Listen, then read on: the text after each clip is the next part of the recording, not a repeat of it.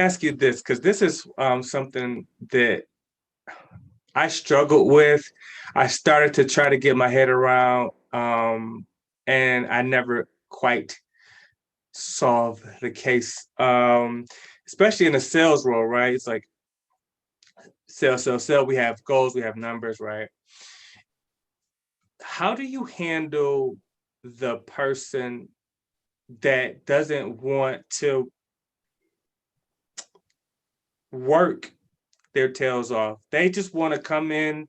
They want to work hard, but they don't want to do anything more. They're not coming in early. Don't ask them to come in early. Don't ask them to stay late. If there's opportunity like trade shows where don't ask them to travel. Like it's like, hey, find someone else for that. But I'll give you what I got. 8 to 5 every day, right? Monday through Friday.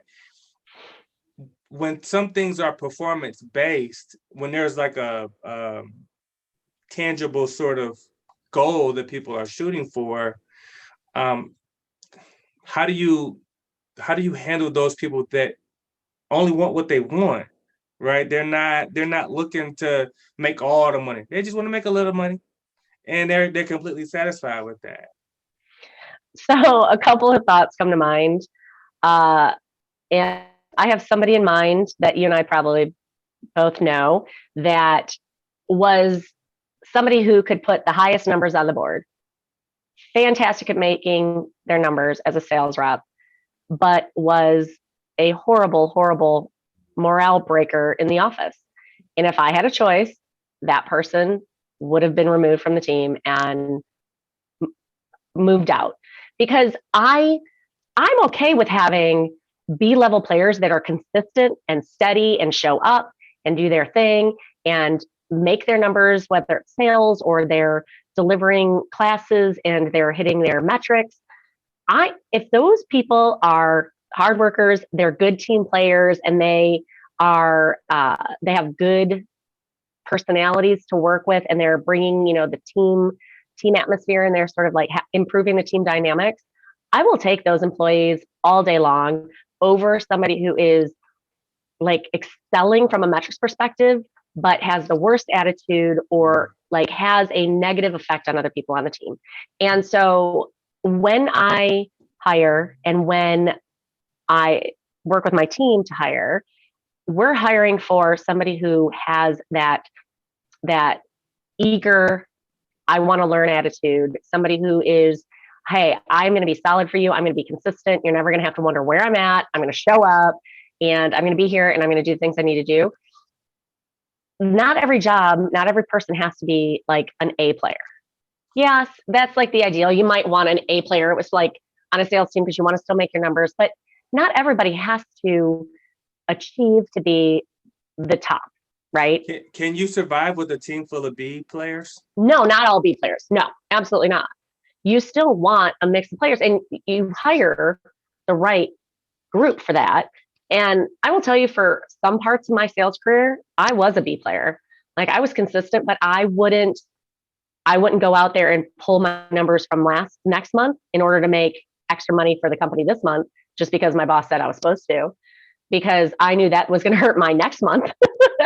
And so there was times that I was that B player. And then there's times I was that A player. I was out there. I was traveling. I was doing this. I was, hitting the streets. And, at one point, my very first sales job, I had to hit, 100 cold calls every single week, physical business cold calls. And I did it and I enjoyed it and I made it a game. But you shouldn't dismiss the B players. Now, C players, Yeah. they're not going to be on my team for very long. I think that you can survive with a team full of B players. Yeah. I think that the C players, you need the A players to make up for the C players. Right. That's a good point. You know what I mean? I feel like it's not just the number that you're contributing to. You're contributing to this culture, like you said, and it's so, so key. And those A players with the poor attitude may be turning those potential A players into C players. Right. Right. Because and I agree. The culture that they're contributing to. Now, if I'm assuming that all A players have a bad attitude, then I agree with you 100%. I would take an all B team all day long. But there are A players that have great attitudes, who are great Absolutely. team players, who move the culture of the team forward, and those A players are sometimes needed because they are going to spark interest. They help create the culture when new people kind of join in. Like those are typically the people who are raising their hand, like, yep, I can show so and so Yeah. around. Yeah. Yep, I can, kind of show them the ropes. Yep, I will go on that first call with them or whatever the case is. Those A players can elevate the entire team when they're an A Yes. player if you're appreciating them appropriately and showing that recognition and showing and sort of creating that positive reinforcement for all the B players, for sure. And it's, yeah, you're measuring sales, but there's so many things. If someone could destroy or sort of uh chip away at the good culture that you are building, they can also build it, right, and contribute to it. So we need to figure out a way to recognize not just the numbers, but the other sort of intangibles that people are bringing to the table, right? It's tough when you have a Yep, number that you're trying to hit in a goal, right? As a absolutely. leader.